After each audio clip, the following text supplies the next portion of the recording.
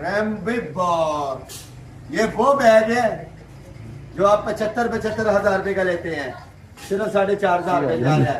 Reebok का bag ले दिए, चूल्हे जाना है, टीका पू आ गया, नवा चढ़ गया। आहा आहा पूरा स्प्रिंग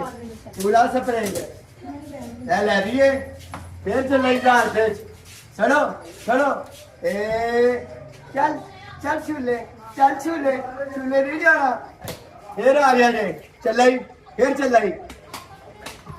स्कूटर मैन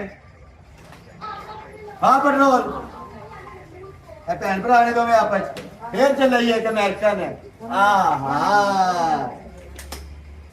नवा माल किलो वाला आ जा मेरा पुत्र, मेरा चन, मेरा सोना, मेरा शहजादा। टोपी तो तू है जी भाई जिवें किस्सा तो लेके आया यार, टोपी नजर नहीं आनी पई। लो जी माशाल्लाह, चल आजा वापस, बड़ा हो गया, आजा वापस। अजे दुकान से तुसी वाले फिर दोबारा काटता बाहर ही।